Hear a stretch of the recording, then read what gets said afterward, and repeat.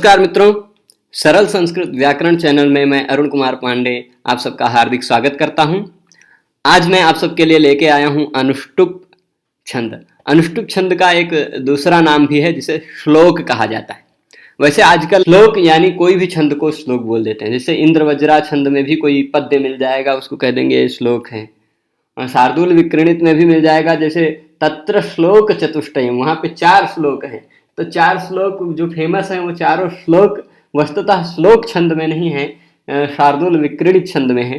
फिर भी यह जो श्लोक शब्द है पहले अनुष्टुप छंद का ही पर्याय था। शोकः श्लोकत्वमागतः, श्लोक बन गया यानी वो अनुष्टुप छंद बन गया। तो ये जो श्लोक भी उसे ही कहते हैं। श्लोक शब्द पहले अनुष्टुप के ही लिए प्रयुक्त होता था, पर वर्तमान में और सभी छंदों के पद्यों को भी श्लोक कहा जाता है। परंतु श्लोक छंद यदि पूछा जाए तो कौन सा है, तो वो अनुष्टुप छंद है। तो अनुष्टुप छंद में आप श्लोक की रचना भी कैसे कर सकते हैं, बहुत सरल छंद है और इसमें कोई ज़्यादा संविधान रटने की, कोई ज़्यादा नियम रटने की आवश्यकता नहीं है। आप कैसे भी शब्दों को सेट कर सकते हैं। आप विशुद्ध रूप से एकदम स्पष्टतः अनुष्टुप में श्लोकों को बना सकते हैं। कैसे बना सकते हैं वो भी मैं प्रक्रिया बताऊंगा। मैंने बहुत सारे श्लोक बनाए हैं। तो क्या करना होता है श्लोक बनाने के लिए? सामान्य रूप से व्याकरण के कुछ सामान्य नियमों का ज्ञान होना चाहिए, एक क्रियापद होना चाहिए, उस क्रियापद से सभी शब्दों का समन्वय बैठना चाहिए। ये सब चीजें कुछ जो ध्यान रखने वाली बातें होती हैं वो अगर आपको आती हैं तो आप अनुष्टुप में श्लोक बना सकते हैं। कैसे बना सकते हैं, उसका नियम क्या है, उसका संविधान क्या है, वो हम जानते हैं।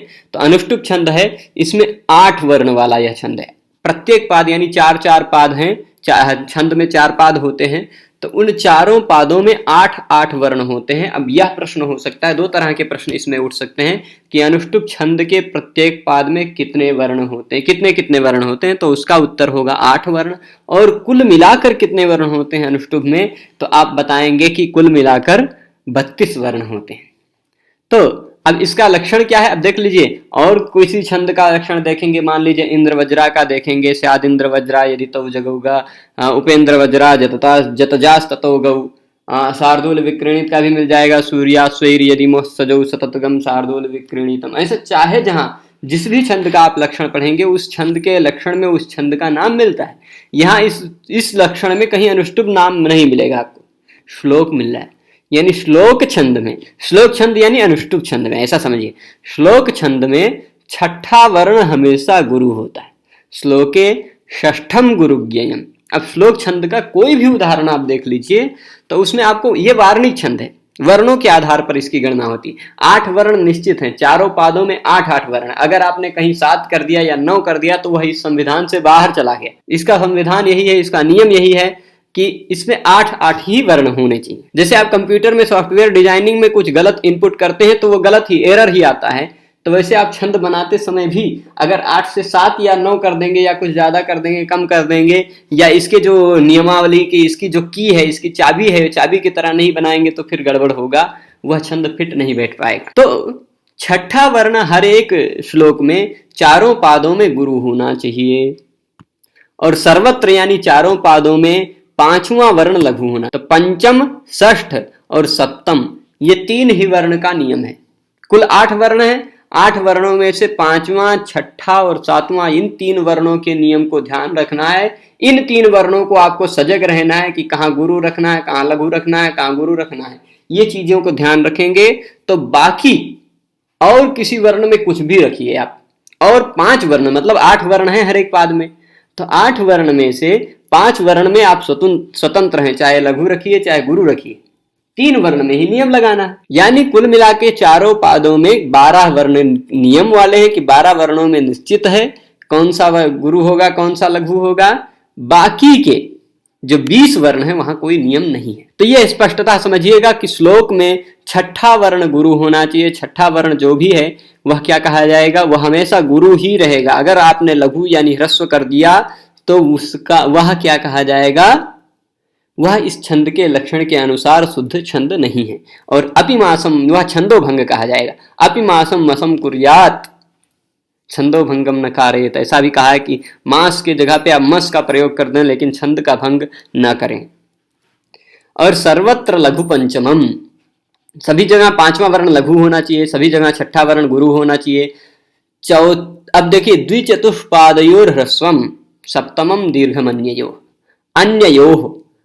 पहले अब देखिए यहां समझते हैं सप्तमम, ये छठा बता दिए सभी जगह चारों पादों में गुरु, पांचवा बता दिए चारों पादों में लघु, और सातवां वर्ण बता रहे हैं, सातवां वर्ण दूसरे और चौथे पाद में ह्रस्व रहेगा।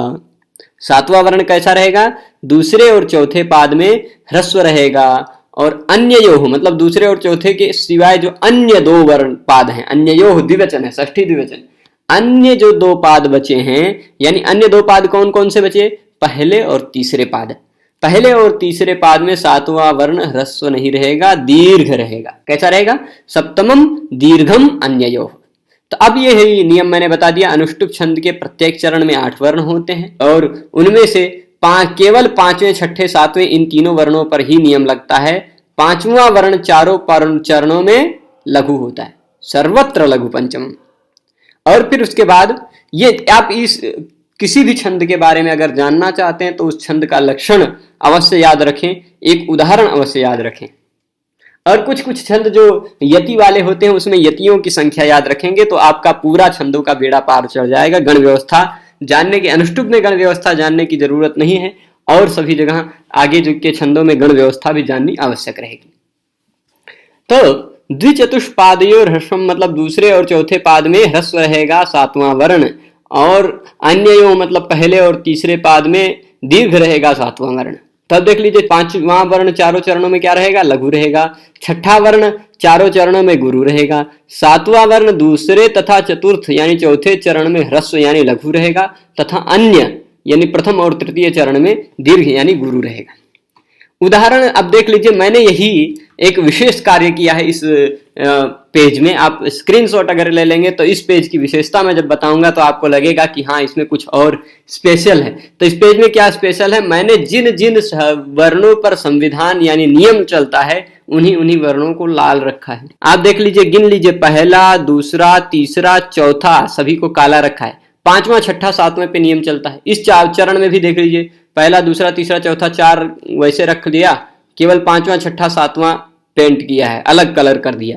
यहाँ भी पांचवें, छठे, सातवें को अलग कलर कर दिया, यहाँ भी पांचवें, छठे, सातवें को अलग कलर कर दिया। और इस जो संस्कृत जगत का अनुष्टुप छंद का पहला उदाहरण है, मतलब लौकिक संस्कृत जगत का अनुष्टुप छंद का प्रथम उदाहरण जो मानषाद प्रतिष्ठाम तमगम शाश्वती क्षमा यत क्रौंच मिथुनादेकम अवधि काम मोहितम, भगवान वाल्मीकि के मुख से निकला हुआ यह शाप आक्रोश में शोक से उत्पन्न जो यह एक वाक्य है, यह श्लोक में उत्पन्न हुआ। शोकः श्लोकत्वम् आगतः, ऐसा धन्यालोककार आनंद वर्धन कहते हैं, वही यह श्लोक है। तो इसमें भी मैंने केवल उन्हीं तीनों वर्णों को अलग वर्ण में रखा है।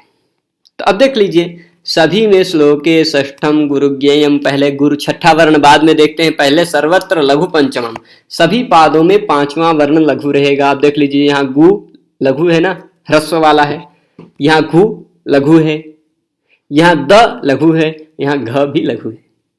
तो पांचवा वर्ण चारों चरणों में लघु होना चाहिए।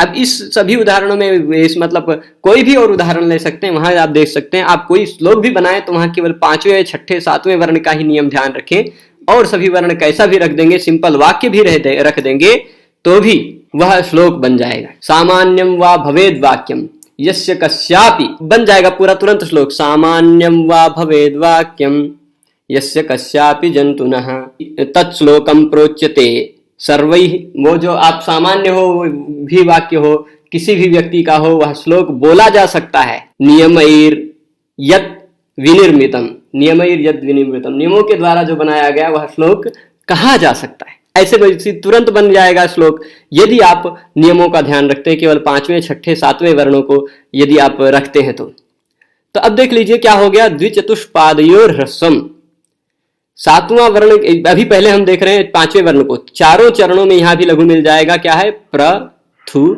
स्व और म, चारों चरणों में पांचवा वर्ण लघु मिल गया। छठा वर्ण सर्वत्र गुरु होना चाहिए। छठा वर्ण यहाँ रू है।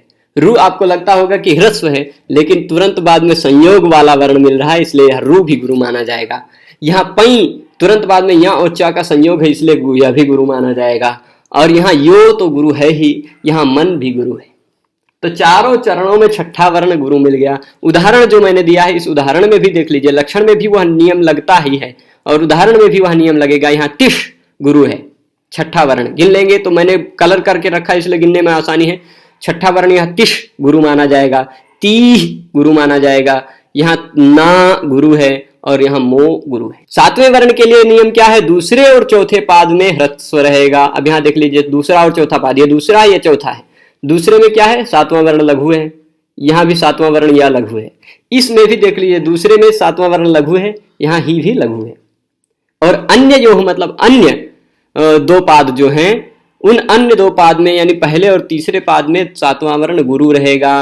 तो देख लीजिए, गे ह्रस, यहां भी देख लीजिए, ह्रस क्या है, तुरंत बाद में संयुक्त वर्ण है, इसलिए ह्रस भी गुरु माना जाएगा। गे गुरु है, यहाँ ठाम गुरु है ही, यहाँ दे भी गुरु है। तो इस तरह से हमने अनुष्टुप छंद के नियम को पढ़ा। अनुष्टुप छंद में क्या विशेष ध्यान रखने योग्य बात है कि पांचवें, छठे, सातवें इन्हीं तीन वर्णों पर आप नियम लगाइए और आराम से श्लोक बनाते जाइए। आपको कुछ भी ह्रस्व दीर्घ कुछ भी रखते जाएं, पर पांचवां वर्ण को ध्यान रखना है कि वह लघु ही होना चाहिए। छठे वर्ण को ध्यान रखना है कि वह छठा वर्ण गुरु ही होना चाहिए। सातवां पर क्या ध्यान रखना है कि सातवां दूसरे चौथे पाद का है तो ह्रस्व रखें, पहले और तीसरे पाद का है तो उसे गुरु यानी दीर्घ रखें।